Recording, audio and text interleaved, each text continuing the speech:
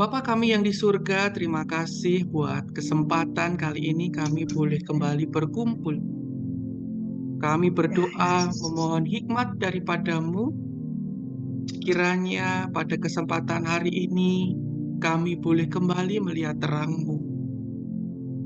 Sebab kami hanya dapat hidup melalui firman-Mu. Sebab bukan hanya hidup melalui roti, tapi kami dapat hidup juga melalui firman yang keluar dari mulut Allah itu sendiri. Urapi hati kami, urapi pikiran kami, urapi kami yang membagikan Tuhan, agar kami boleh melihat, agar telinga kami terbuka akan pimpinan-Mu. Di dalam nama Bapa, Putra, dan Roh Kudus, Tuhan Yesus kita. Amin. Bapak Ibu yang dikasihi Tuhan, hari ini saya akan berbagi mengenai di pantai Danau Tiberias. Mari kita hari ini belajar mengenai wawasan Ibrani yang ada di dalam Perjanjian Baru. Sering kita melihat bahwa Perjanjian Lama sesuatu yang sangat kental dengan bangsa Ibrani, bangsa Israel itu sendiri.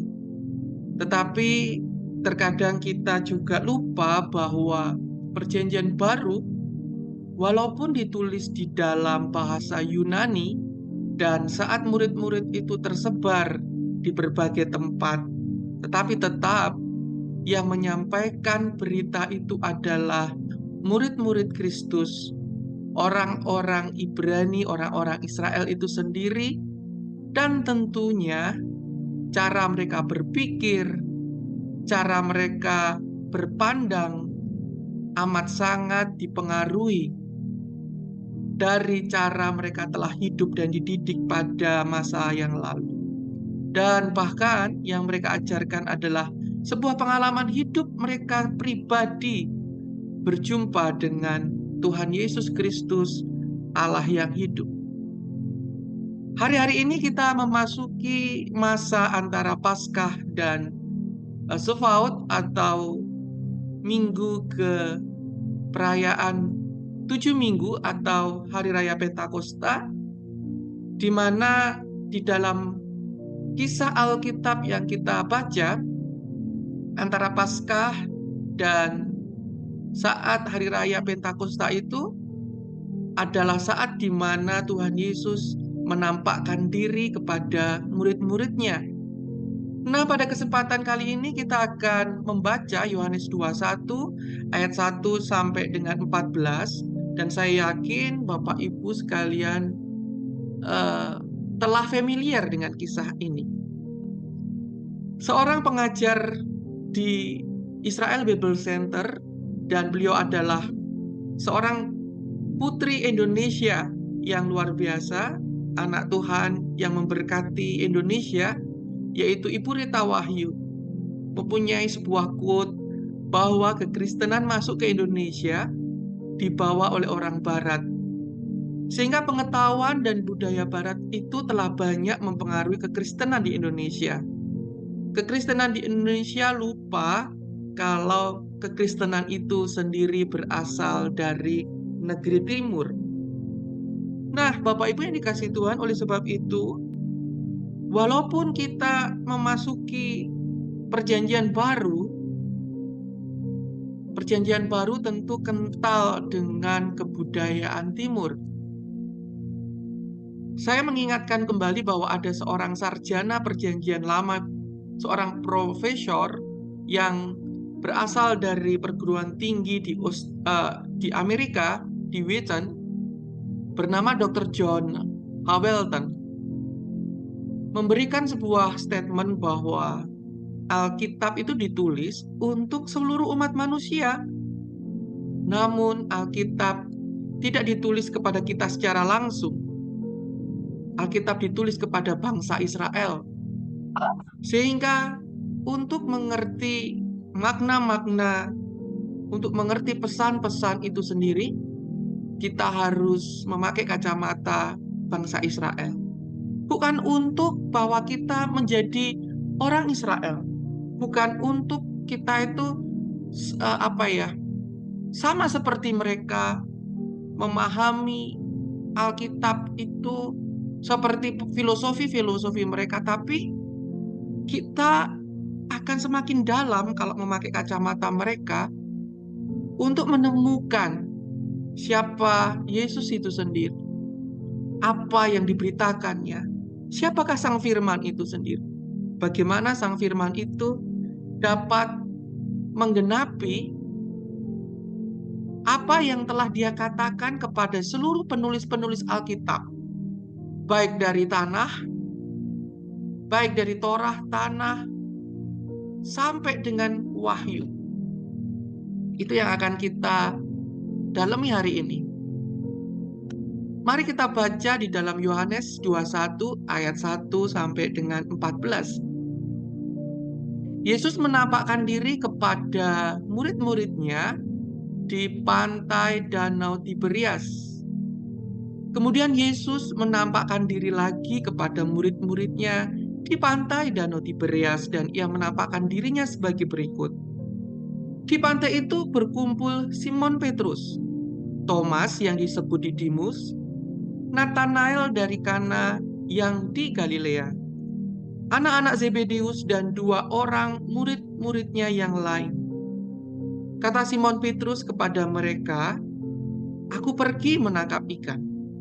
Kata mereka kepadanya, "Kami pergi juga dengan engkau." Mereka berangkat lalu naik ke perahu, tetapi malam itu mereka tidak menangkap apa-apa. Ketika hari mulai siang, Yesus berdiri di pantai, akan tetapi murid-murid itu tidak tahu bahwa itu adalah Yesus. Kata Yesus kepada mereka, "Hai anak-anak, adakah kamu mempunyai lauk pauk?" Jawab mereka, "Tidak ada." Maka kata Yesus kepada mereka, "Tebarkanlah jalamu di sebelah kanan perahu, maka akan kamu peroleh." Lalu mereka menebarkannya, dan mereka tidak dapat menariknya lagi karena banyaknya ikan. Murid-murid yang lain datang dengan perahu karena mereka tidak jauh dari darat, hanya kira-kira 200 hasta saja, dan mereka menghela jala yang penuh ikan itu. Ketika mereka tiba di darat, mereka melihat api arang dan di atasnya ikan dan roti. Kata Yesus kepada mereka, "Bawalah beberapa ikan yang baru kamu tangkap itu." Simon Petrus naik ke perahu lalu menghela jala itu ke darat, penuh ikan-ikan besar, 153 ekor banyaknya, dan sungguh pun sebanyak itu jala itu tidak koyak. Kata Yesus kepada mereka, "Marilah dan sarapanlah." Tidak ada di antara murid-murid itu yang berani bertanya kepadanya, "Siapakah engkau?" Sebab mereka tahu bahwa Ia adalah Tuhan. Yesus maju ke depan mengambil roti dan memberikannya kepada mereka. Demikian juga ikan itu. Itulah ketiga kalinya Yesus menampakkan diri kepada murid-muridnya sesudah Ia bangkit dari antara orang mati. Demikianlah bunyi firman Tuhan, Yohanes pasal yang ke-21. Bapak Ibu yang dikasihi Tuhan, dalam Yohanes pasal 21 ayat yang pertama ini dikatakan di situ, kemudian Yesus menampakkan diri lagi kepada murid-muridnya di pantai Tiberias. Danau Galilea atau pantai Tiberias ini rupanya mempunyai historis yang luar biasa. Dari kisah-kisah kehidupan masyarakat sekitar dan dari apa yang Yesus kerjakan, Yesus selalu berinteraksi, melakukan banyak hal, melakukan banyak mujizat di sekitar pantai Tiberias ini, Bapak Ibu yang dikasihi Tuhan. Bapak Ibu bisa lihat banyak hal yang Yesus lakukan. Lalu apa yang Yesus lakukan pada saat terakhir di dalam hari-hari kebangkitannya, di mana Dia menampakkan diri lagi kepada murid-muridnya. Rupanya ada suatu kejadian yang harus Yesus ulangi untuk memberikan kepada murid-muridnya sesuatu yang harus mereka ingat.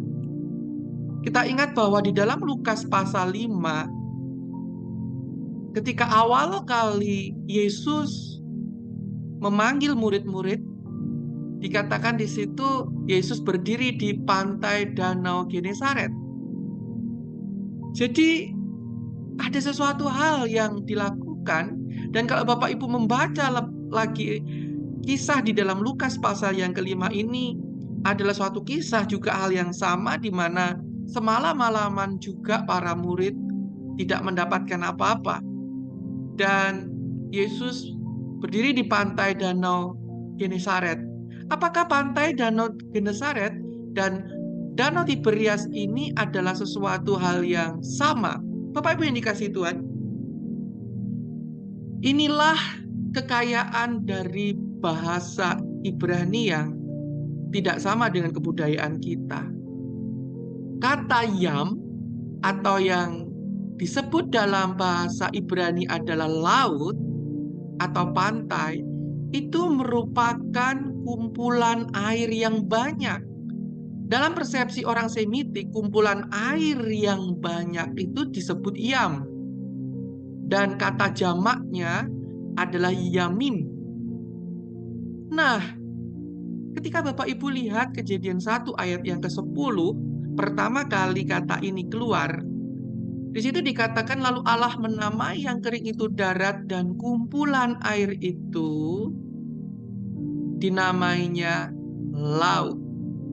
Allah melihat bahwa semuanya itu baik. Jadi laut itu adalah kumpulan air dalam bentuk yang banyak, jamak air yang banyak, disebut dengan yamim, dari kata yam. Yam adalah kumpulan air, entah itu danau, tidak peduli itu air tawar ataupun air asin, air garam, itu semuanya disebut dengan laut. Ini yang membuat berbeda dengan bahasa Indonesia. Kita sebagai bangsa Indonesia, ketika kita membaca begitu terasa, ketika kita membaca pantai Tiberias, kalau pantai kan pasti laut ya, asin ya. Tapi ternyata kata itu tidak menunjukkan rasa dari suatu air. Kata itu menunjukkan bahwa itulah tempat di mana air itu berkumpul, suatu kumpulan air yang banyak, disebut dengan laut. Demikianlah kata laut untuk Danau Galilea ini terbentuk. Nah, Bapak Ibu, kata yamim dalam bentuk jamak dalam konteks tertentu juga berhubungan dengan kata hari-hari, waktu. Bahasa Ibrani ini memang kaya dan kita harus banyak belajar, karena ini kacamata bagaimana Alkitab bekerja. Alkitab itu berbicara dengan banyak-banyak gambaran-gambaran, banyak-banyak alegori-alegori. Oleh sebab itu, kalau kita mencerna Alkitab dengan cara kita berpikir, kita akan mungkin kurang dapat menangkap maksud daripada penulis Alkitab itu sendiri. Yam ini adalah bentuk jamak daripada air dan juga berbicara masalah hari-hari, waktu, dan merujuk pada tahun-tahun. Ini yang begitu orang Indonesia juga nggak bisa memahami bahwa danau, laut itu terlilit hari-hari, waktu-waktu, tahun-tahun. Nah, kumpulan daripada air, kumpulan itu adalah lebih dari satu. Satu dengan satu berkumpul, itu adalah sesuatu yang paling kecil. Dan dalam bentuknya disebut dengan dualisme. Dan Bapak Ibu yang dikasihi Tuhan, kenapa Danau Galilea ini ada 3 penyebutan? Hal itu terjadi karena di mana posisi Anda berada, itu akan menyebabkan Anda memanggil istilah tempat itu. Kalau Anda berada di daerah Tiberias ini, Anda akan menyebutnya Danau Laut Tiberias. Tapi kalau Anda berada di daerah Galilea di sini, Anda akan menyebutnya pantai Galilea dan pantai Danau Galilea. Tapi kalau Bapak Ibu ada di Kineret, Genesaret ini, Genesaret itu ada di bawah, itu Bapak Ibu akan menyebutnya dengan Danau Genesaret. Nah, asal muasal dari pantai Genesaret ini pada zaman dahulu itu mungkin belum ada kata Danau Galilea, mungkin awalnya adalah Kineret atau Genesaret yang artinya adalah kecapi. Jadi ini bentuknya dia itu berbentuk seperti kecapi. Kecapinya Raja Daud. Jadi kata Kineret atau kecapi gitu asal akar kata dari Genesaret. Itulah awal kenapa Danau Galilea ini. Jadi ketiga sebutan ini menunjuk pada satu tempat, yaitu Danau Galilea. Nah, Bapak Ibu, mari kita akan belajar apa itu dualisme dalam kacamata Ibrani dan apa itu pluralisme atau ketiga hal ini bisa ada. Apakah ini hal yang kebetulan bahwa tempat ini juga disebut dengan tiga hal, yaitu Danau Genesaret, Danau Tiberias, Danau Galilea? Tidak, Bapak Ibu. Ada makna-makna, ada pesan-pesan Tuhan yang terlilit di sana. Nah, Bapak Ibu, kita akan memasuki apa itu dualisme, apa itu dua di dalam pelajaran membaca Alkitab kita ini dalam kacamata Semitik. Bapak Ibu kalau lihat di dalam Lukas pasal 5 ayat 1 sampai dengan 11 dan membandingkannya dengan Yohanes 21 ayat 1 sampai 4, ini seperti Tuhan Yesus itu selalu melakukannya itu kayak ada pintu depan, ada pintu belakang gitu loh. Ada pintu masuk dan ada pintu keluar. Nah, di dalam Lukas pasal 5 di awalnya yaitu Yesus itu memanggil murid-muridnya, terutama Petrus. Ketika Petrus ada di dalam perahu itu, Petruslah mengetahui siapakah Yesus itu, yaitu Tuhan. Dan di dalam Yohanes 21 juga Bapak Ibu akan melihat bagaimana Tuhan Yesus itu memulihkan hati Petrus. Bertanya 3 kali pertanyaan. Apakah, hai Simon, apakah engkau mengasihi aku? Hai Simon, apakah engkau mengasihi aku? Hai Simon, apakah engkau mengasihi aku? Diulang selama 3 kali panggilan kepada Simon untuk mengembalakan domba-dombanya. Jadi Lukas pasal 5 itu terulang di dalam Yohanes pasal 21 ayat 1 sampai dengan 14. Bapak Ibu dikasih Tuhan, untuk memahami dualisme ini, kata dua di dalam huruf Ibrani adalah huruf bet yang berarti dengan rumah. Untuk melihat bet, kita harus selalu mengingat suatu huruf awalnya adalah huruf alef. Kenapa? Karena bet itu seperti mulut yang menganga dalam bentuk yang terbuka. Bet tulisannya seperti ini. Bet karena dia memberikan suatu nafas yang muncul. Nafas yaitu jiwa yang memberikan sebuah kehidupan, dan itu adalah rumah yang adalah tempat di mana alam semesta ini diciptakan, yaitu Allah Bapa sendiri. Itulah sebabnya Alkitab itu dimulai dengan huruf bet. Bereshit,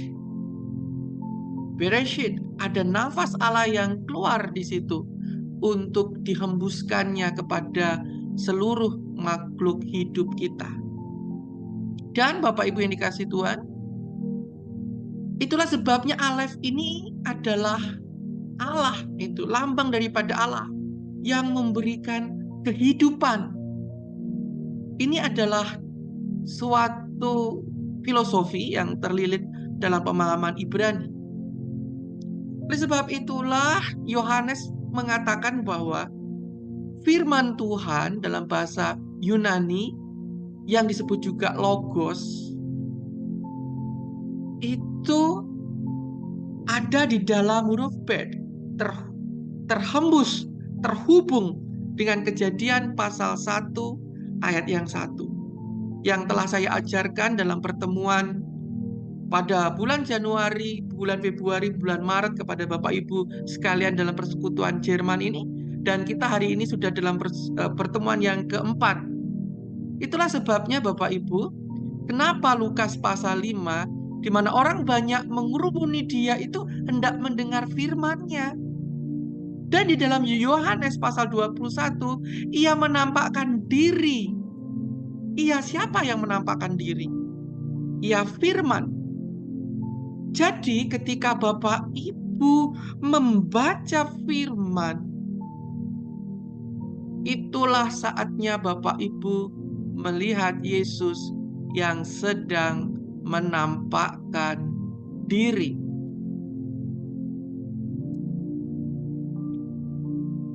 Firman itu telah menjadi manusia.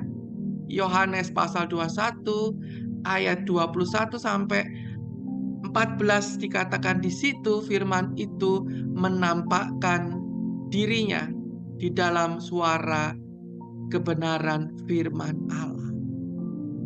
Huruf Bet itu melambangkan tenda atau rumah, dan Anda dapat melihat dalam bentuk huruf itu Alkitab baik perjanjian lama maupun perjanjian baru penuh dengan referensi tentang rumah Tuhan, tentang bait Allah, tentang tenda-tenda orang Israel atau tabernakel, dan semuanya itu berhubungan dengan huruf Bet. Sepanjang Alkitab dari Bereshit pada mulanya ini yang ada huruf Bet yaitu rumah, kemudian ada tabernakel, tenda-tenda, ada rumah Allah yang ada di padang belantara, ada rumah yang dibangun oleh Salomo untuk Allah, ada rumah Allah yang dihancurkan, dan ada rumah yang baru, yaitu Anda dan saya di dalam kepenuhan dan roh Allah yang melayang-layang yang ada pada kita. Jadi firman Allah ini dari awal sampai akhir berbicara tentang rumah. Karena besok kita akan kembali ke bumi baru dan langit baru, atap yang baru, dan kita akan kembali kepada rumah Bapa yang di surga. Jadi kata rumah ini mewarnai sepanjang Alkitab kita, dari Kejadian sampai dengan Wahyu. Bapak Ibu yang dikasihi Tuhan, kejadian ini atau kejadian itu adalah sesuatu yang menghasilkan. Kejadian adalah sesuatu yang created. Kejadian itu adalah sesuatu yang mencipta. Sebenarnya berarti bahwa penciptaan manusia itu dilakukan dengan tujuan agar manusia itu menjadi gambaran rajanya, serupa menurut gambar raja itu, atau gambar Allah. Bapak Ibu, kenapa ini ada terjadi di sini? Bapak Ibu telah mempelajari kata Bereshit. Res ini adalah raja.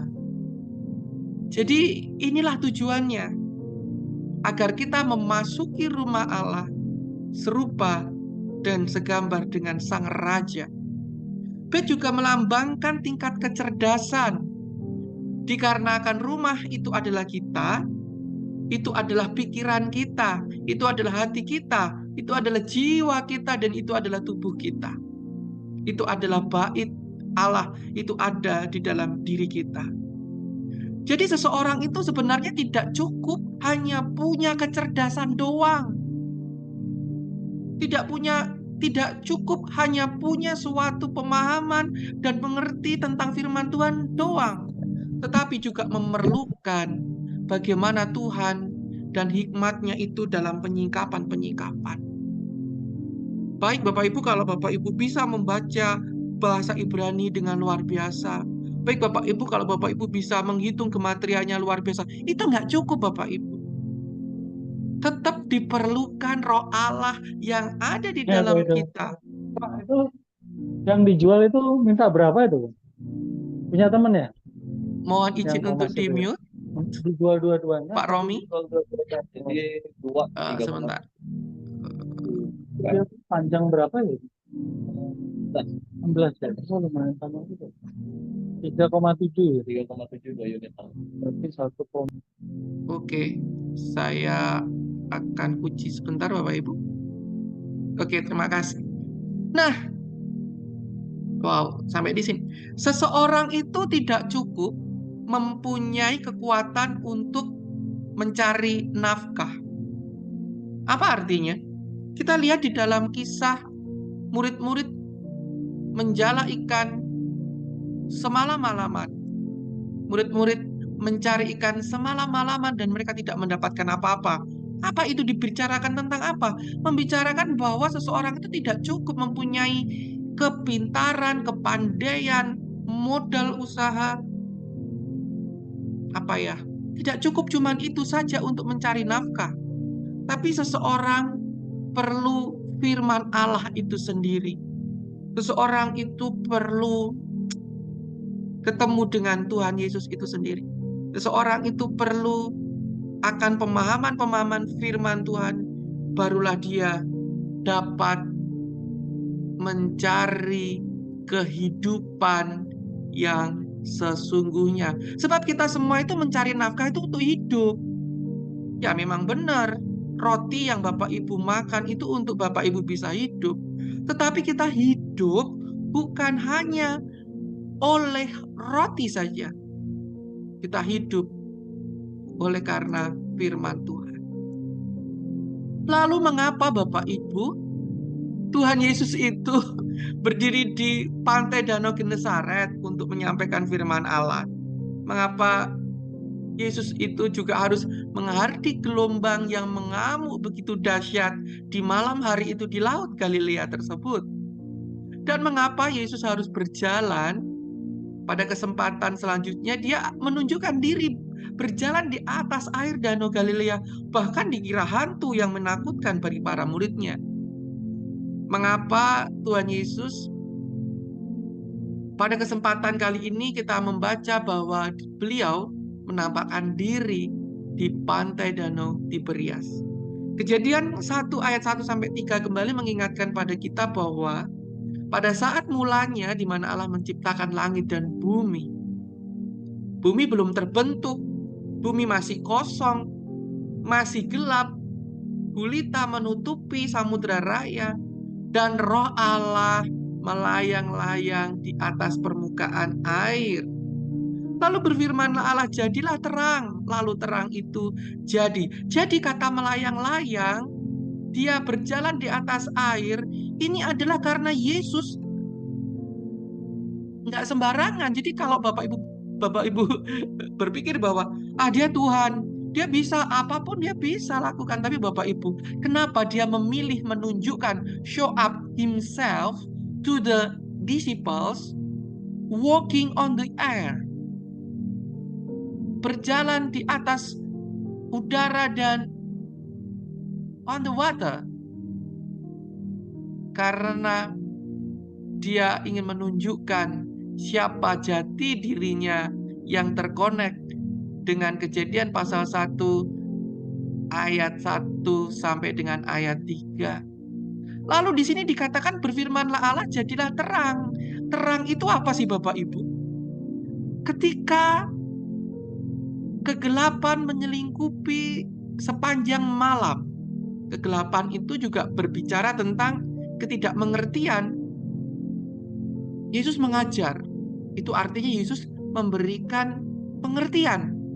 Ketika kita nggak understanding, ketika kita tidak mengerti, ketika kita nggak ngeh, itu diumpamakan seperti kegelapan, malam.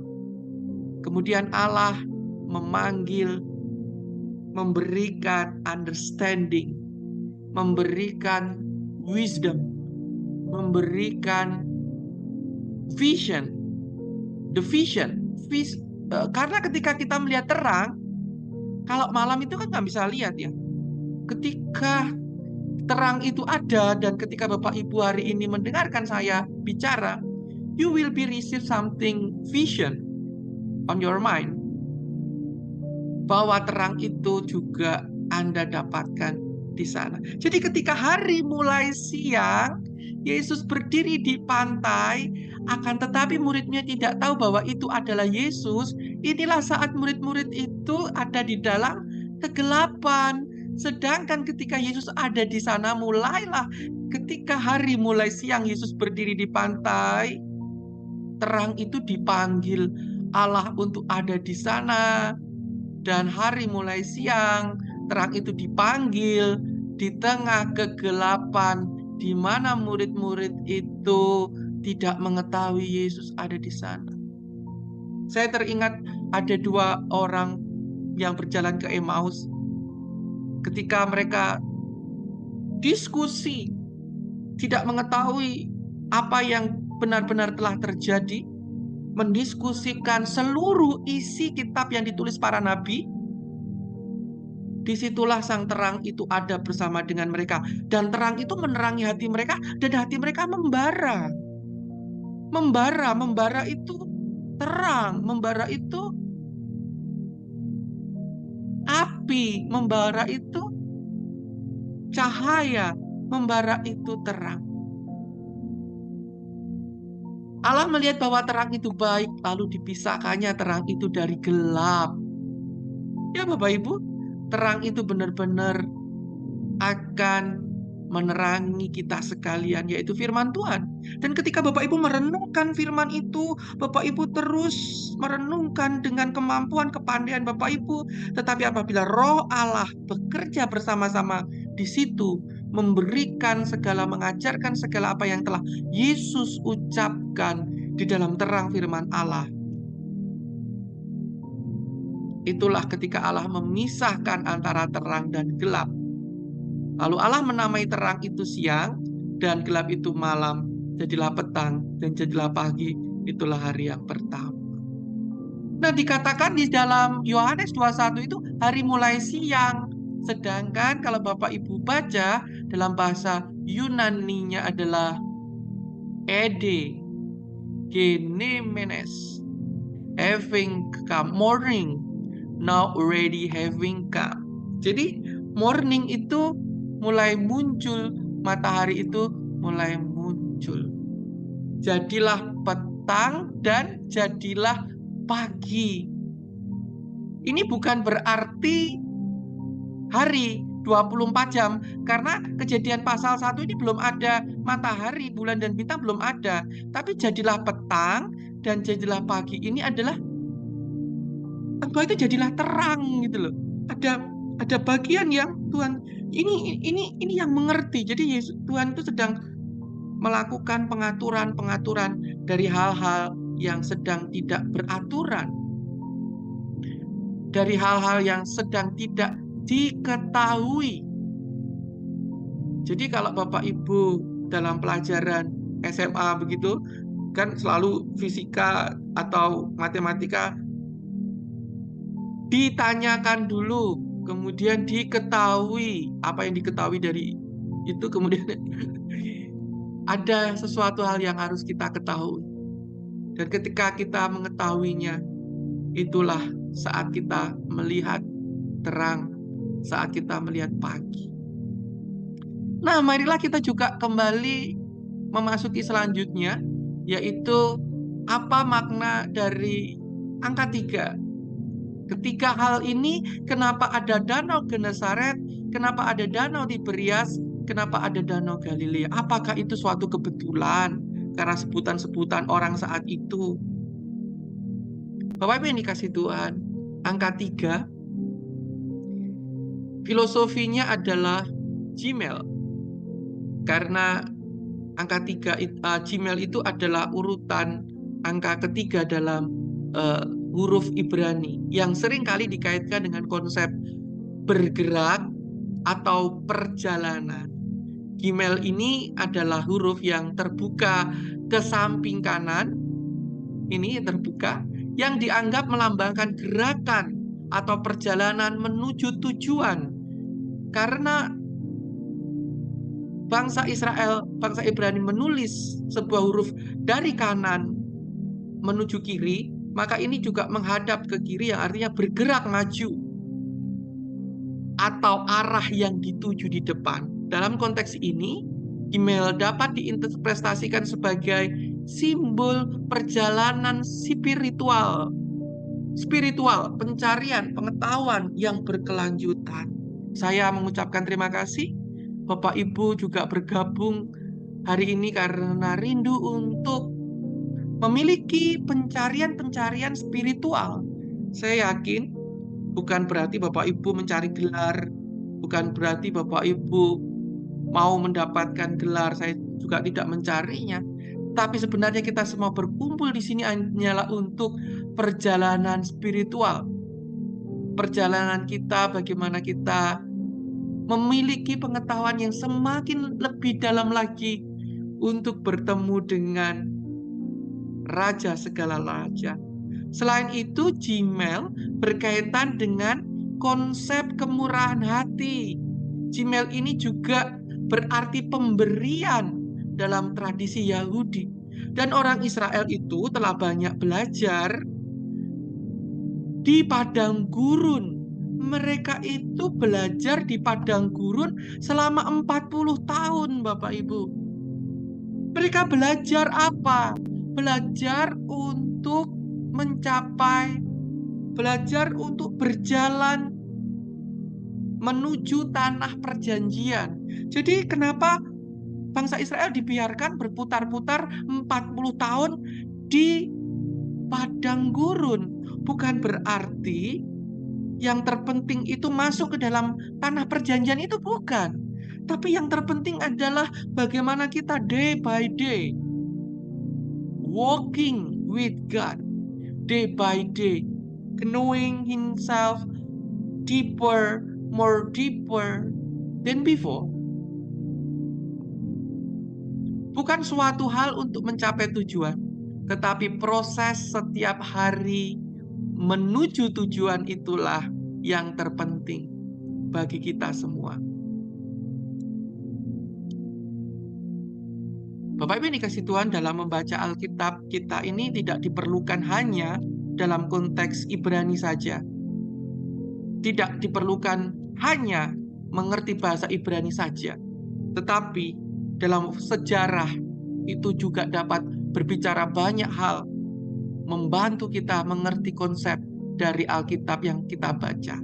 Seorang sejarawan yaitu Flavius Josephus yang berasal dari Yahudi, yang kemudian dia juga bekerja untuk bangsa Romawi pada abad pertama, dan dia menuliskan sebuah jurnal dalam bukunya The Jewish War yang dia tulis sekitar tahun 75 sampai 79 Masehi, dan juga buku yang kedua yaitu Antiquities of the Jewish, naskah-naskah Yahudi sekitar tahun 93 sampai 94 Masehi. Nah, di dalam reportasi penulis, beliau memberikan gambaran-gambaran tentang kondisi alam geografi Israel. Dan di situ juga beliau menulis apa yang terjadi di Laut Galilea yang juga dikenal dengan Danau Genesaret atau Danau Tiberias. Flavius Josephus menggambarkan bahwa Danau Galilea sebagai sebuah danau yang subur dengan berbagai jenis ikan yang melimpah, yang menjadi sumber mata pencarian utama bagi penduduk sekitar. Menurut Josephus, Danau Galilea menghasilkan berbagai macam ikan yang sangat diminati oleh orang-orang sekitar, terutama orang Romawi, seperti ikan barbel, mus, dan kineret. Kalau Bapak Ibu sempat berkunjung ke sana, sebenarnya rasanya itu seperti ikan gurame bagi kita yang ada di Indonesia ini ya. Jadi ikan tawar, ikan air tawar.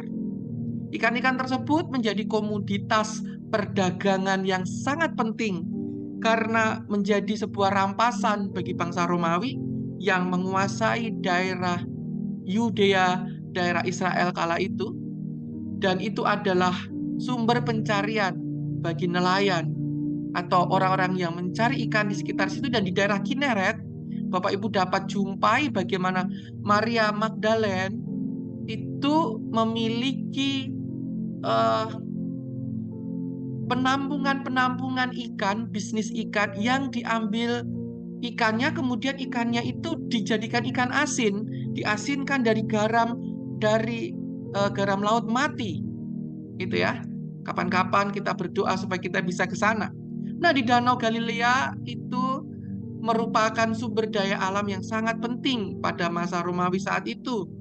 Karena ini adalah tempat-tempat vital. Bapak Ibu kalau melihat pada zaman Yesus, Kapernaum itu ada di sini.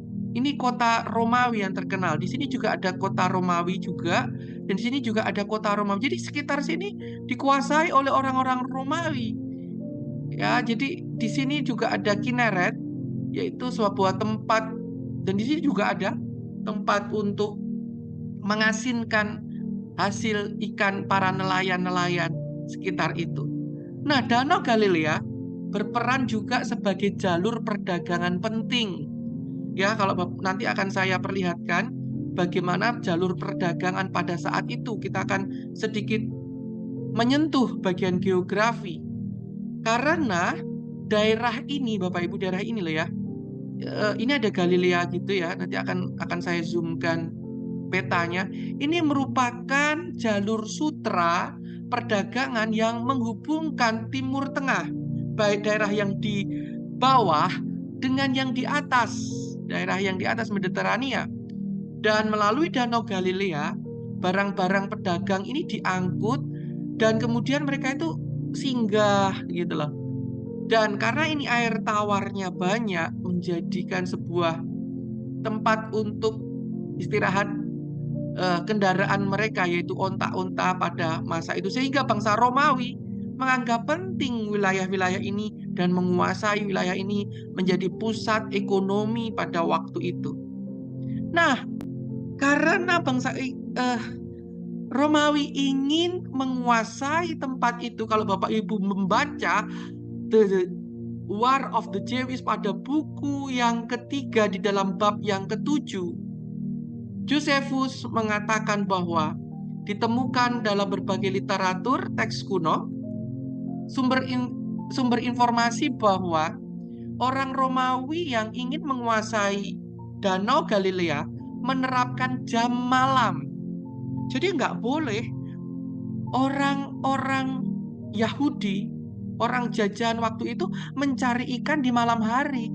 Mereka hanya boleh mencari ikan di siang hari atau orang Romawi sendiri yang akan mencari ikan. Jadi ada peraturan di daerah perairan itu yang sangat ketat oleh orang Romawi. Jadi Bapak Ibu, hal ini dilakukan supaya Romawi itu dapat mengontrol aktivitas ekonomi orang Yahudi. Oleh sebab itu ketika Simon berkata, "Aku pergi menangkap ikan," ketika ia berada di Yerusalem, "Kami akan pergi juga dengan engkau." Ini murid-murid mengikuti apa yang dikatakan Simon. Mereka berangkat lalu mereka menangkap ikan. Jadi sebenarnya murid-murid itu mencari ikan pada jam ilegal. Mencari ikan pada jam-jam yang tidak diperbolehkan. Melakukan pekerjaan ilegal. Bapak Ibu, saya mau bertanya. Banyak sekali hamba-hamba Tuhan ketika membaca teks ini beranggapan bahwa ini kan saat Petrus hopeless. Mereka itu bingung loh. Gurunya yang dipuja-puja menjadi Mesias, yang akan menjadi raja pembebas Israel kala itu, justru ditangkap oleh pemerintah kala itu, mati disalib. Kemudian gurunya jadi bangkit menjadi hantu begitu ya, bisa menembus dinding, keluar masuk dinding, anywhere, anytime. Mereka nggak ngerti. Padahal sebelumnya mereka akan selalu bersama-sama dengan gurunya. Mereka 3 tahun setengah berjalan. Kalau mereka itu menghadapi kebingungan-kebingungan, pelajaran-pelajaran yang bingung, mereka langsung bisa bertanya dengan sang guru. Tetapi kala itu tidak. Gurunya ini tidak selalu ada bersama dengan mereka. Hanya evenly dia menampakkan diri. Dan di dalam kebingungan itu, Petrus berkata, "Aku pergi menangkap ikan." Pertanyaan saya, apakah betul sebenarnya Petrus itu bingung? Apakah betul sebenarnya Petrus ini ingin membuang panggilan untuk mengikuti Yesus, untuk mendirikan ajaran-ajaran Yesus, atau Bet Yesua, karena memang ada Bet Hillel, Bet Shammai, dan Yesus adalah rabi yang sangat luar biasa. Dia bisa mendirikan sendiri sekolahnya, universitinya sendiri. Dan Petrus tampaknya ingin keluar dari Bet Yesua itu dan pergi menangkap ikan, kembali ke dalam pekerjaannya yang lama. Apakah ini alasan? Apakah kita selama ini menduga kegelapan itu ada di dalam diri para muridnya? Bagi Romawi pada zaman Yesus, Yerusalem adalah bagian dari provinsi Yudea. Ya, ini ya, Bapak Ibu. Jadi Yerusalem itu ada di sini. Ini adalah negeri pusat agama, budaya bagi orang Yahudi kala itu, dan menjadi tempat administrasi yang strategis bagi bangsa Romawi. Pemerintahan Romawi yang strategis ada di sini. Tetapi kalau orang-orang dari Mesir, kalau orang-orang dari Arab, mereka hendak ke Mediterania, ke atas, ke Mesopotamia, nggak mungkin mereka akan melalui daerah yang bergunung-gunung di tengah ini. Mereka akan berada di daerah pinggiran yang datar ini, kemudian ke sekitar Nazaret itu. Di sini ada gunung gitu, 2 gunung ini di tengah-tengah. Kemudian mereka akan sampai di tepi danau ini. Ini ada jalurnya Bapak Ibu ya. Kemudian mereka akan ada di Kapernaum, Tiberias ini, dan kemudian mereka bisa naik ke Damaskus dan kemudian ke negara yang lain. Ini adalah jalur sutra Bapak Ibu. Ini begitu penting. Apa artinya? Jadi ketika Simon Petrus berada di sini, dia ngomong, "Aku mau mencari ikan." Berarti dia akan kembali ke daerah yang bervalue ekonomi tinggi. Apakah betul demikian Bapak Ibu? Matius pasal 26 ayat 31 sampai dengan 32, dan di dalam Markus itu juga ada Bapak Ibu. Maka berkatalah Yesus kepada mereka. Ini seperti konfirmasi bagi kita dan menjadi pertimbangan bagi kita apakah Petrus benar-benar kebingungan. "Malam ini kamu semua akan tergoncang imanmu karena aku. Sebab ada tertulis, aku akan membunuh gembala dan kawanan domba itu akan tercerai-berai." Ayat yang ke-32. Akan tetapi sesudah aku bangkit, aku akan mendahului kamu ke Galilea. Nah, Bapak Ibu, posisinya di sini, Petrus itu sudah 3 kali Inok menyangkali, mengabaikan, menolak siapa Yesus itu di depan semua orang karena suatu ketakutan yang luar biasa dalam dirinya. Apakah betul Petrus ketika bicara, "Aku pergi menangkap ikan"? Ketika dikatakan "aku pergi menangkap ikan", itu artinya dia itu kembali ke sini loh Bapak Ibu. Jadi ketika Petrus berbicara, "Aku pergi menangkap ikan", ya memang menangkap ikan hanya bisa di danau Galilea waktu itu. Walaupun laut juga ada di Mediterania, tetapi mereka kebiasaannya adalah di sekitar danau Galilea. Itu berartinya ada sesuatu hal yang diingat Petrus.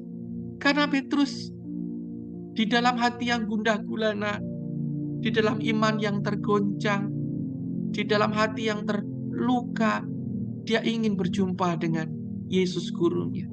Kemudian teringatlah dia akan kata-kata ini, aku bangkit. Sesudah aku bangkit, aku akan mendahului kamu ke Galilea. Itulah sebabnya kenapa murid-murid yang lain itu agree. Lalu apa penyebabnya?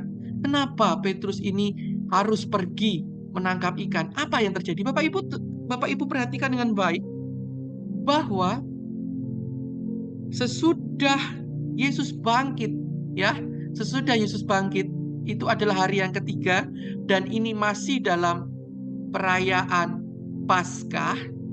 Dan di dalam perayaan Paskah ketika dia hari bangkitnya ini adalah saat perayaan Omer.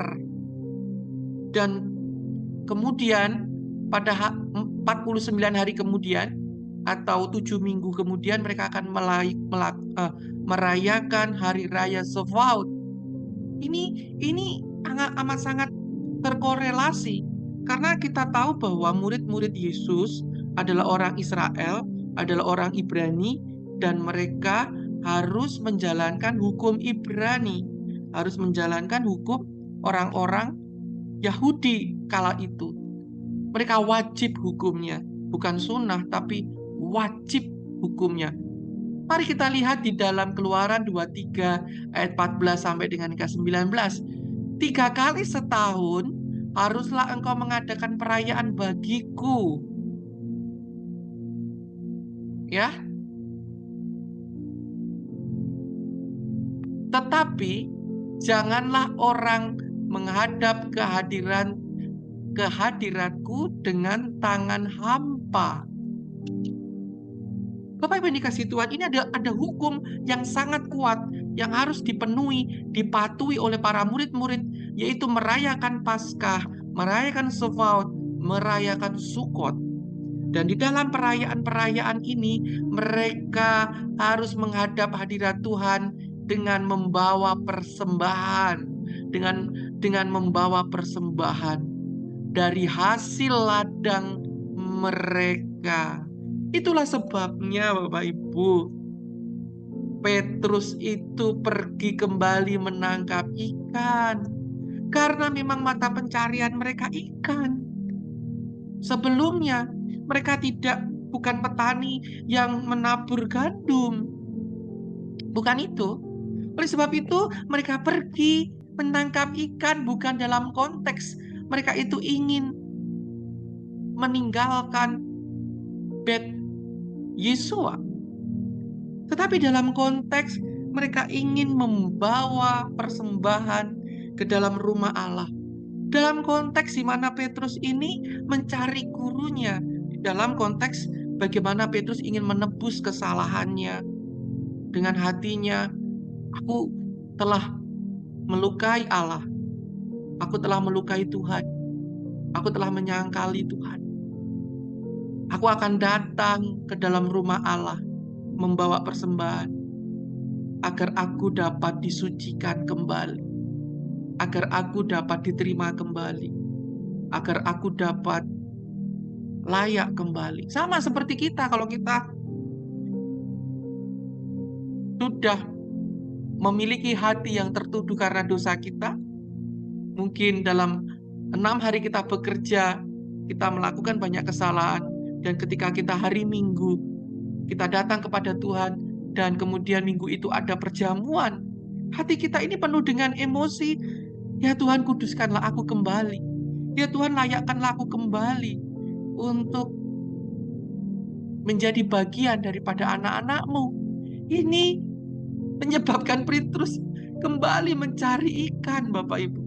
Dan ketika Petrus melakukannya dengan usahanya sendiri, ketika Petrus dan murid-muridnya melakukan usaha untuk melakukan pendekatan kepada Allah di dalam usaha mereka sendiri, mereka tidak dapat apa-apa. Maka kata Yesus kepada mereka, Tebarkanlah jalamu di sebelah kanan perahu, maka kamu akan memperoleh. Lalu mereka menebarkannya dan mereka tidak dapat menariknya lagi karena banyaknya ikan.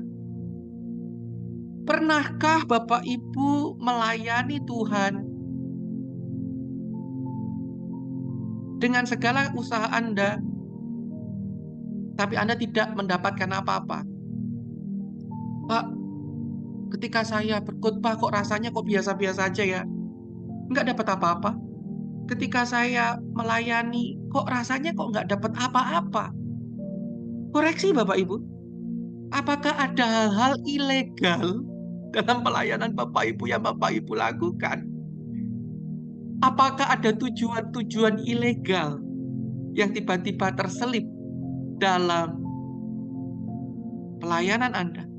Apakah ada kegelapan di mana kegelapan itu membuat Bapak Ibu tidak mendapatkan apa-apa dari usaha Bapak Ibu untuk Bapak Ibu memberikan yang terbaik kepada Tuhan? Saya yakin dan percaya kita pernah mengalaminya. Itulah sebabnya kita perlu mendengarkan arahan Tuhan. Pelayanan kita bukan cuman karena kita memiliki karunia-karunia. Memang kita memiliki karunia banyak. Ada yang karunianya menafsirkan, ada yang karunianya mengajar, ada yang karunianya gembala, ada yang karunianya memberi. Tetapi apabila kita tidak berdasarkan dari gerakan roh yang di dalam kita tidak akan mendapatkan apa-apa. Tetapi apabila kita melakukan segala yang telah kita pelajari, segala yang telah kita lakukan ini bermeri kefet, berpadu dengan pernyataan Yesus,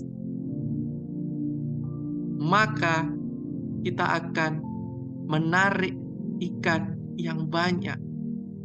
Nah, Bapak Ibu, kita akan mempelajari apakah arti dari nelayan. Di dalam layar Bapak Ibu ada seorang nelayan yang sedang menebarkan jala. Apa arti menebarkan jala dan apa arti jala itu dalam bahasa Semitik atau bahasa Israel atau bahasa Ibrani? Di dalam Yeskiel pasal 47 ayat yang ke-10, di dalam Yohanes 21 ayat yang ke-6 ini kan ditulis dalam bahasa Yunani ya Bapak Ibu. Tebarkanlah jalamu di sebelah kanan. Lalu mereka menebarkan jalanya. Di dalam Yeskiel 47 ayat yang ke-10, Bapak Ibu bisa baca dalam bahasa Ibrani dikatakan, maka penangkap-penangkap ikan penuh sepanjang tepinya mulai dari En Gede sampai En Glen. Daerah itu menjadi penjemuran pukat. Dan di sungai itu ada berjenis-jenis ikan seperti ikan-ikan di laut besar, sangat banyak. Ya, kita akan lihat bahasa aslinya di sini. Di dalam Yeskiel 47 ayat yang ke-10, nelayan itu adalah Dakwagim, fisherman di sini. Dan kemudian menebar itu spreading, mistovah, nets itu laharamim, laharamim, nim. Ya Bapak Ibu juga tolong diperhatikan kenapa saya berkali-kali bilang mim, mim. Karena ini huruf mem itu kalau di tengah, mem COVID itu dia terbuka ini. Kalau di belakang, dia tertutup. Nah, ini berbicara hal yang luar biasa. Di dalam Yohanes 21 ayat yang keempat, autis to them catch nets. Jadi, menebarkan jala. To them. Ini nelayan. Jadi, saya beri warna. Dan warnanya ini, yang hijau adalah nelayan, yang biru adalah menebar, yang kuning adalah net. Baik, kita akan melihat apa arti dari nelayan.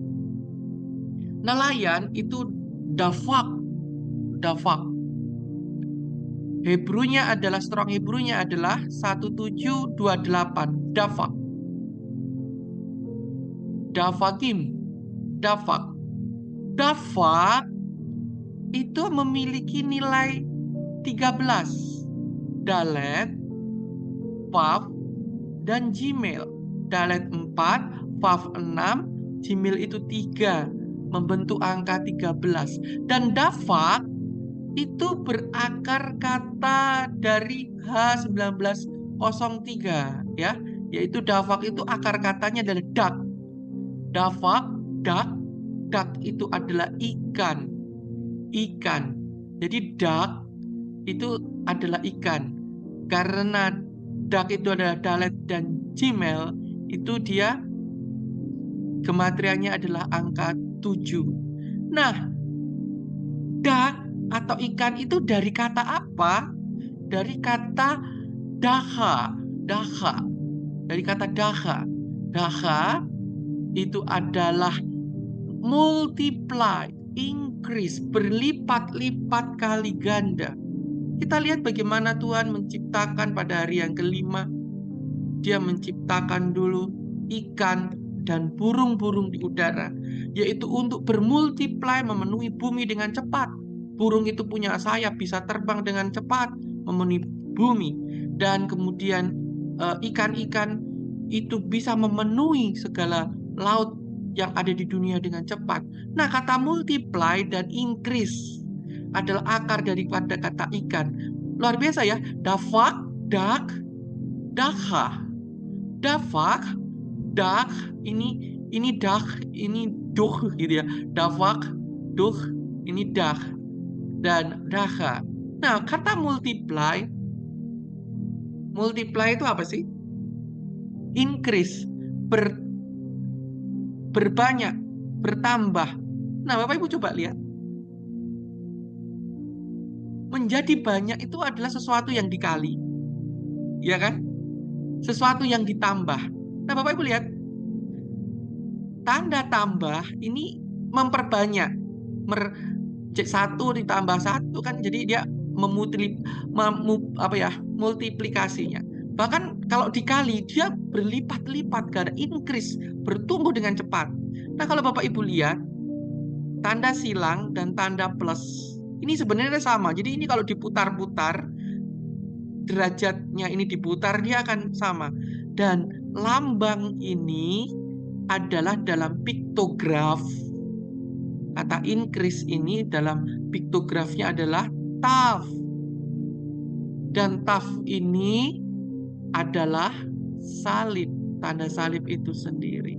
Apa artinya ini?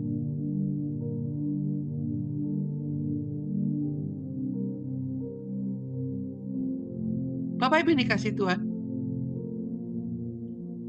Kata duk itu juga berhubungan dengan kata dak, yang adalah kekhawatiran. Jadi bahasa Ibrani itu punya arti itu bisa bersebelahan, Bapak Ibu. Kata satunya, nelayan itu adalah seseorang yang sudah bertambah nilai dalam hidupnya ketika dia menerima salib. Ketika seseorang itu menerima keselamatan, ketika seseorang itu menerima penebusan, nilai dari hidupnya itu bertambah. Yang hancur, yang lemah dikuatkan, yang miskin diperkaya. Jadi seseorang mempunyai nilai yang diperkaya saat mereka menerima salib. Ikan. Tetapi kata dah, lihat. Kata salib ini, dalet, Gimel, he. Jika ditambahi alef, ya ini kan saya tutup ya Bapak Ibu, di layar Bapak Ibu itu bacanya, bacanya adalah dah. Tapi jika dia ditambahi alef, dia jadi daha. Daha ini artinya adalah kekhawatiran, ketakutan, fear. Dan ini Bapak Ibu bisa hitung, gematriannya adalah 13. Dan di dalam bahasa Ibrani, jikalau itu nilainya sama, itu memiliki sebuah hubungan, korelasi. Jadi nelayan adalah orang-orang yang nilai hidupnya itu bertambah, orang-orang yang nilainya hidupnya itu bertambah-tambah karena keselamatan yang dia terima dalam karya salib yang sudah ditebus, tetapi tetap saja mereka memiliki kekhawatiran. Mereka tetap memiliki ketakutan dalam hidupnya. Mereka tetap memiliki ketidakpercayaan di dalam hidupnya. Nah, apa kata arti menyebar, mistofah? Menyebar. Mistofah berakar kata dari satah. Satah. Satah ini adalah sesuatu yang juga spread out. Meledak. Spread out ini apa ya? Menyebar. Spreading. Menyebar. Nah, kata mistoah ini dalam bahasa Ibrani itu berarti pengiriman atau pengutusan. Ini adalah bentuk kata benda dari kata kerja syatah yang berarti mengirim atau mengutus. Jadi dalam konteks yang tepat, kata ini dapat merujuk kepada tindakan mengirim atau mengutus seseorang atau sesuatu. Jadi seorang nelayan yang sedang menyebar. Ada seseorang yang nilainya bertambah dalam hidupnya karena menerima keselamatan di dalam Yesus Kristus. Nilai hidupnya yang semakin diperkaya, dari miskin menjadi kaya, dari yang lemah menjadi kuat, tetapi tetap memiliki kekhawatiran dalam hidupnya. Dia sedang diutus. Dia sedang dikirim di tengah-tengah kita. Itulah Anda dan saya yang telah menerima karya salib penebusan, tetapi tetap memiliki kekhawatiran. Kekhawatiran dalam pemikiran-pemikiran, iya nanti kalau begini, iya kalau nanti begitu. Kita tetap memiliki pertimbangan-pertimbangan, tetapi kita adalah orang-orang yang diutus. Diutus apa? Net. Apa itu net? Laharamim. Net laharamim atau herem itu adalah prohibit, larangan-larangan. Ikan yang masuk di dalam net, ikan yang masuk di dalam jaring adalah ikan yang tidak bisa berenang bebas. Jaring itu larangan-larangan. Bukankah Alkitab ini penuh dengan larangan-larangan? Bukankah petunjuk firman Tuhan itu penuh dengan sebuah hukum yang jangan begini, jangan begitu? Bukankah di Taman Eden sudah ada larangan, yaitu jangan kau makan buah pengetahuan yang baik dan yang buruk? Di tengah Taman Eden yang buahnya banyak, di tengah Danau Galilea yang ikan bisa berenang dengan banyak, Bapak Ibu menyebar net atau sebuah larangan. Larangan. Dan itu adalah sebuah firman. Dan larangan ini, net, itu berbicara tentang kesucian. Sebuah dedikasi. Pemisah dari yang tidak suci. Ketundukan dan ketaatan. Penghukuman. Atau sebuah kutukan. Bapak Ibu yang dikasihi Tuhan. Penjala ikan yang menebarkan jala itu artinya adalah orang yang mempunyai nilai tambah dalam hidupnya karena menerima salib Kristus sebagai juru selamat hidupnya, yang mempunyai nilai tambah untuk dunia. Karena dia miskin menjadi kaya, mempunyai nilai tambah, mempunyai nilai yang terinkris dalam hidupnya. Bapak Ibu mempunyai semua ini. Bapak Ibu baik yang nanti melihat dalam YouTube, Anda semua memiliki potensi-potensi nilai tambah bagi dunia Anda sekitar. Dan Anda sedang diutus untuk menyebarkan segala ajaran, petunjuk-petunjuk, larangan-larangan yang Tuhan sudah kerjakan bagi Anda dalam firman-Nya, yaitu dalam perjanjian lama sampai perjanjian baru. Nah, kita baca lagi di dalam Yohanes 21 ayat yang ke-8. Murid-murid yang lain datang dengan perahu karena mereka tidak jauh dari darat. hanya kira-kira 200 hasta saja. Dan mereka menghela jala yang penuh dengan ikan. Nah, apakah ini bahasa yang, apakah ini petunjuk yang kebetulan saja? Bapak Ibu dikasih Tuhan, Alkitab itu penuh dengan gambaran. Alkitab itu penuh dengan, bukan cuma menggambar, tapi juga penuh dengan hitungan-hitungan. Kalau Bapak Ibu belajar bahasa Ibrani kan juga ada gematria, ada hitungannya, angka-angka. Semuanya ini menggambarkan sebuah filosofi-filosofi. Nah, kata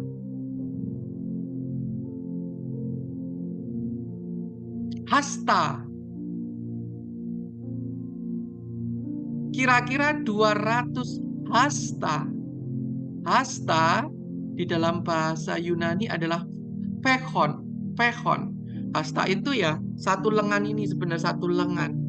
Tetapi apakah ini cuman sekedar alat ukur atau seperti sentimeter, meter? Apakah ini hanya sebagai petunjuk alat ukur? Kata pechon itu dalam bahasa Ibraninya adalah amah. Amah. Alef, mem, hei. Di dalam Wahyu 21 ayat yang ke-17. Lalu ia mengukur temboknya 144 hasta menurut ukuran manusia yang adalah juga ukuran malaikat. Ketika saya mempelajari ayat ini tuh saya sangat sangat-sangat diberkati Tuhan Bapak Ibu, karena Bapak Ibu bisa lihat ukuran manusia yang adalah juga ukuran malaikat. Jadi ini tuh nggak sembarangan. 200 hasta saja. 200 hasta itu sebenarnya 200 ini kalau bahasa meterannya itu cuman 100 meter Bapak Ibu.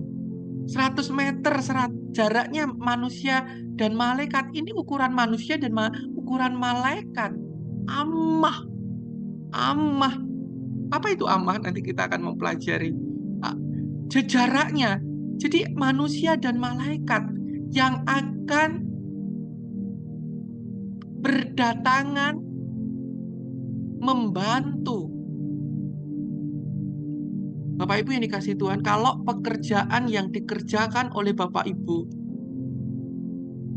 adalah atas petunjuk gerakan visi daripada Tuhan, saya yakin dan percaya ini loh, Tuhan akan menggerakkan orang-orang yang tak jauh dari Anda, yang dalam katakanlah radius 100 meter.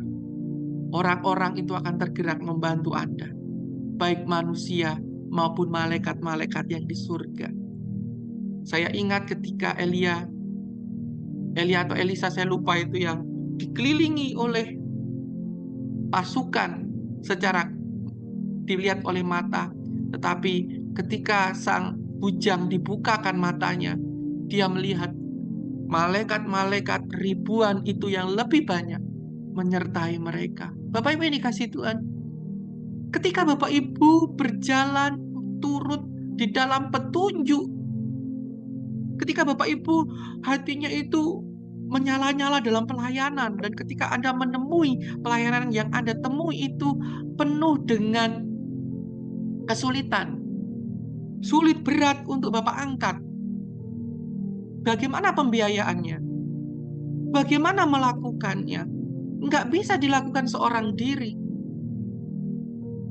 Tuhan mengirimkan orang-orang, bahkan malaikat, untuk membantu datang, karena itu semua tidak jauh daripada kita.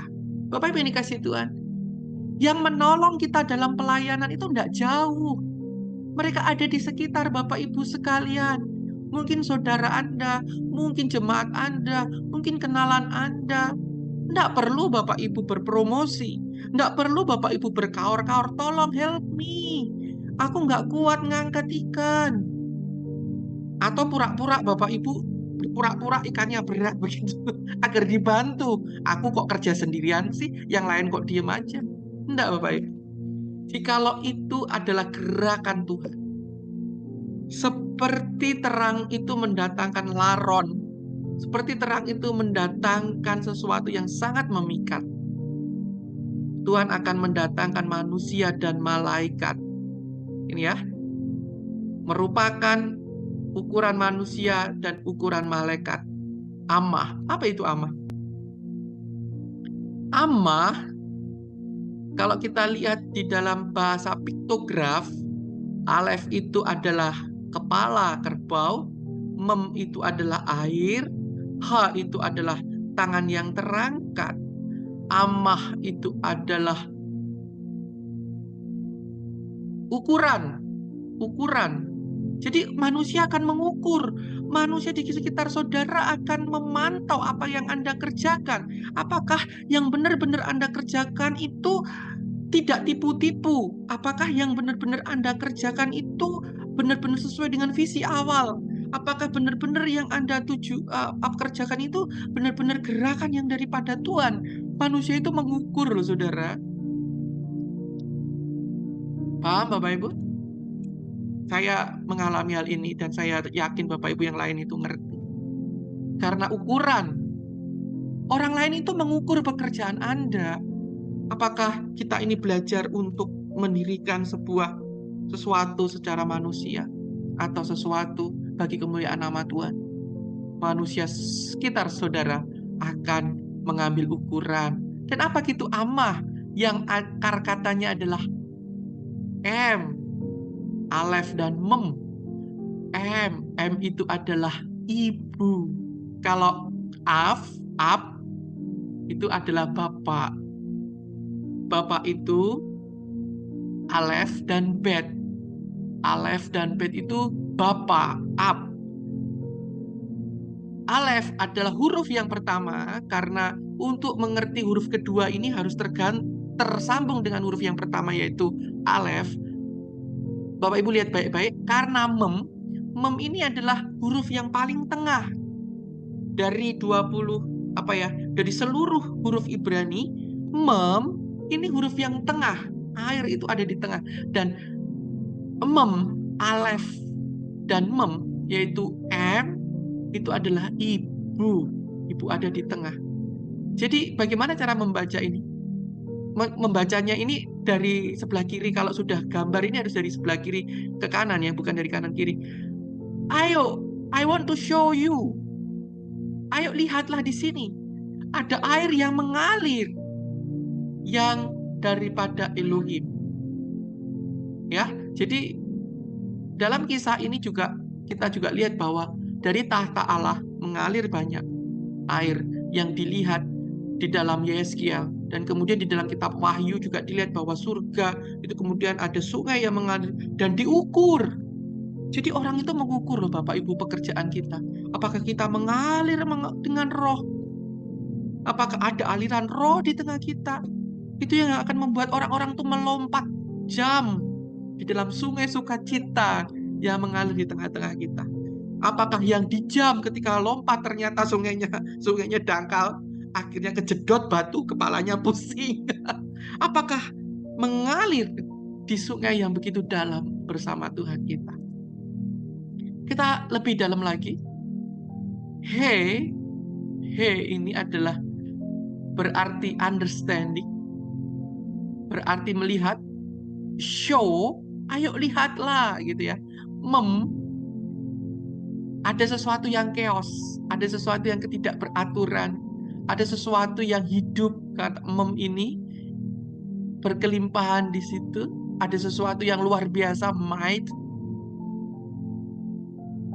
Ada sesuatu hal yang terjadi. Dan alef ini, lihatlah suatu pengertian, suatu ajaran, suatu beban, yaitu Taurat itu sendiri dan firman. Dan alef ini adalah lambang dari Allah. Lihat, ada Allah yang memberikan kehidupan yang mengalir. Itulah. Dan Bapak Ibu, kalau kita melihat kata mem, itu kalau di depan huruf Ibrani, sekali lagi saya sampaikan Bapak Ibu supaya ini sangat penting kalau Bapak Ibu belajar membaca Ibrani. Ibrani itu dibaca dari kanan ke kiri, dan Ibrani itu dibaca dari kanan ke kiri. Sekali lagi saya ulangi, Ibrani itu dibaca dari kanan ke kiri. Berarti yang ditulis awal itu sebelah kanan. Nah, kalau dia memnya ada di depan, dia itu terbuka. Tapi kalau dia ada di belakang, itu memnya tertutup. Apa artinya? Mem yang tertutup ini lambang rahim yang tertutup. Awal daripada kehamilan. Mem yang terbuka ini adalah lambang rahim yang terbuka, yang hendak melahirkan kehidupan. Jadi, the past itu yang paling belakang, atau the past itu yang paling akhir ditulis, dan the future itu yang di depan adalah yang yang awal atau yang paling dahulu ditulis. Bisa ya? Bisa dipahami ya Bapak Ibu? Jadi ditulis dari kanan ke kiri, tapi kalau sudah menjadi Paleo Hebrew, dia membacanya dari kiri ke kanan. Karena the future-nya itu di sebelah kanan, the past-nya itu di sebelah kiri. Nah, kata mem ini, kapan ini tergenapi? Ini adalah saat Maria ketemu dengan Elizabeth, Bapak Ibu. Maria saat hamil 3 bulan, dia bertemu dengan ibu daripada Yohanes Pembaptis yang hendak melahirkan pada bulan yang ke-9. Ini digenapi di dalam Yamim ini. Samudra Raya ini digenapi saat perjumpaan Maria dengan Elizabeth, ibu daripada Yohanes, pada usia kandungan. Seperti ini pemahaman Ibrani. Nah, apa arti daripada M itu adalah ibu? M itu adalah ibu. Ibu yang merupakan sumber kehidupan. Jadi Bapak Ibu yang dikasihi Tuhan, ibu yang memberi kehidupan di sekitar kita ini adalah orang-orang yang di sekitar kita juga. Kita lihat ibu itu ada di dalam sekitar kita loh. Ibu yang setiap hari memasakkan kita makanan, membuat kita semuanya, yang mencuci pakaian dan semua pekerjaan-pekerjaan rumah tangga itu dilakukan oleh ibu. Jadi jarak 200 hasta. Jarak 200 hasta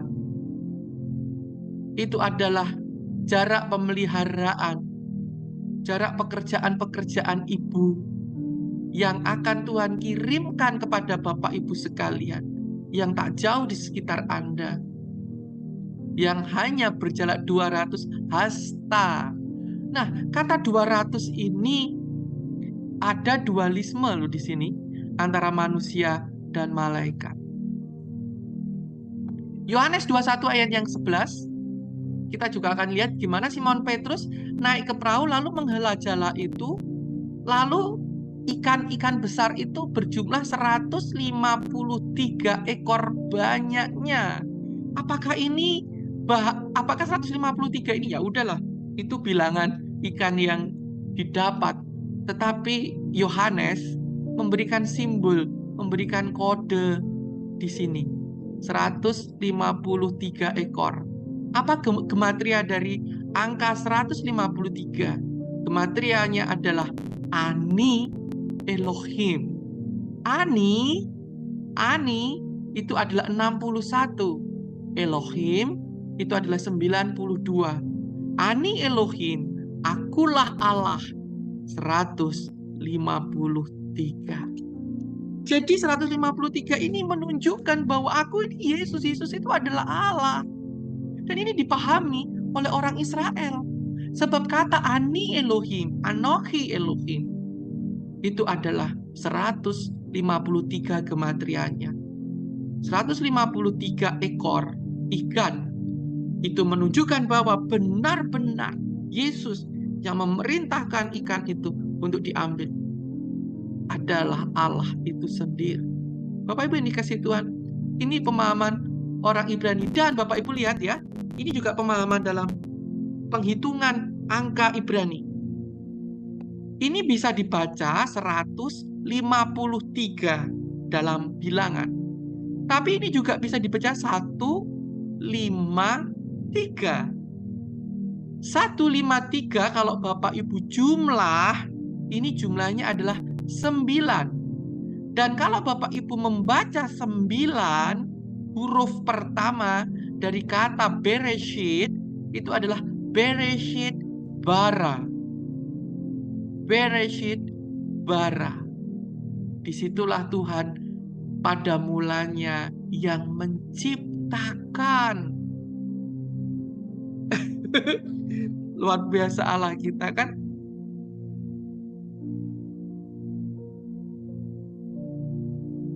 Kenapa kita menghubungkan apa yang awal dalam Kejadian dan apa yang ada di dalam Perjanjian Lama dan Perjanjian Baru?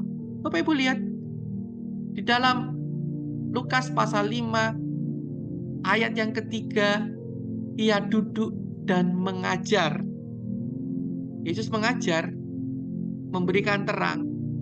Kemudian di dalam setiap ajaran-ajarannya yang dia lakukan, dia memberikan kepada murid-muridnya itu 5 roti dan 2 ikan. 5 roti dan 2 ikan ini memberi makan 5.000 orang dan juga 4.000 orang. Ikan ini loh Bapak Ibu yang dikasih Tuhan. Saya memperoleh sebuah artikel dari orang Israel, dari seorang rabi yang saya juga belajar. Dia mengatakan bahwa ikan adalah makanan yang mahal bagi bangsa Israel. Karena ikan atau dah yang kita tadi juga lihat, gematriannya adalah angka 7. Sehingga ikan ini hanya boleh dimakan pada hari yang ke-7. Saya mau tanya Bapak Ibu yang dikasih Tuhan, hari yang ke-7 itu adalah hari apa? Hari Sabat. Hari yang ke-7 bagi orang Israel adalah hari Sabat. Dan hari Sabat itu dimulai saat evening. Saat matahari terbenam, saat kegelapan itu muncul pada Jumat atau Sabtu malam. Nah Bapak Ibu, Yesus itu mati pada hari yang menuju Sabat. Wow, keren kan? Salib itu yang kita tadi katakan bahwa salib itu, ikan itu juga terhubung dengan ada salib di sana. Itu pada hari yang ke-7, pada hari yang dan hari Sabatnya mereka, hari yang ke-7 adalah saat mereka itu makan makanan ikan. Kalau Bapak Ibu baca baik-baik, ketika 5 roti dan 2 ikan itu dimakan, adalah saat para murid-murid itu sudah kemalaman. Yesus disuruh ngusir semua orang, usir Tuhan, semua orang itu usiran karena hari sudah mulai malam. Maka ada seorang anak yang membawa 5 roti dan 2 ikan. Bapak Ibu mungkin memberikan presentasi, makan roti dan ikan itu kan makanan orang rendahan. Oh tidak, salah. Ikan pada zaman itu adalah makanan yang sangat prestis bagi orang Israel yang merupakan orang terjajah. Dan mereka makanan ikan asin itu atau ikan itu dimakan ketika mereka menjelang hari Sabat. Sehingga ketika Yesus menampakkan ikan dan roti, tidak berani seorang pun murid-murid bertanya kepada Yesus pada saat itu. Mulutnya terkunci semua, nggak bisa berkata-kata. Sebab Yesus menunjukkan benar-benar ikan dan roti di hadapannya. Inilah tubuhku dan inilah jalalah jiwa-jiwa. Kemudian Yesus memulihkan hubungan antara Petrus dalam hidupnya. Ditanyalah 3 kali untuk mencabut duri-duri penyangkalan Petrus dalam hatinya. 3 duri ditarik dengan 3 pertanyaan. Apakah engkau mengasihi aku? Apakah engkau mengasihi aku? Terima kasih Tuhan buat penyingkapan-Mu hari ini. Ajari kami untuk semakin dalam mengerti akan pewahyuan. Engkau mengutus kami walaupun kami ini memiliki segala kepintaran-kepintaran kami, tapi ternyata kalau kami bersandar kepada usaha kami tidak mendapatkan apa-apa. Ajar kami mencari kerajaan-Mu, ajar kami mencari kemuliaan-Mu, ajar kami mengikuti gerakan Roh-Mu. Di sanalah Engkau akan mengirimkan malaikat-malaikat-Mu. Engkau akan menggerakkan orang-orang di sekitar kami untuk bersama-sama menarik jala yang begitu besar menangkap ikan yang hampir terkoyak, tetapi tidak terkoyak karena pertolongan yang daripada. Berkati hamba-Mu dimanapun berada. Saya tahu bahwa apa yang saya sampaikan terbatas.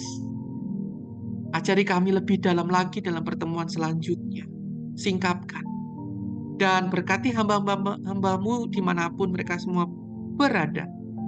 Biarkan mereka tergerak menjala ikan sesuai dengan petunjuk-Mu, bukan dengan usaha mereka. Diberkatilah Bapak Ibu dalam nama Bapa, Putra, dan Roh Kudus. Amin.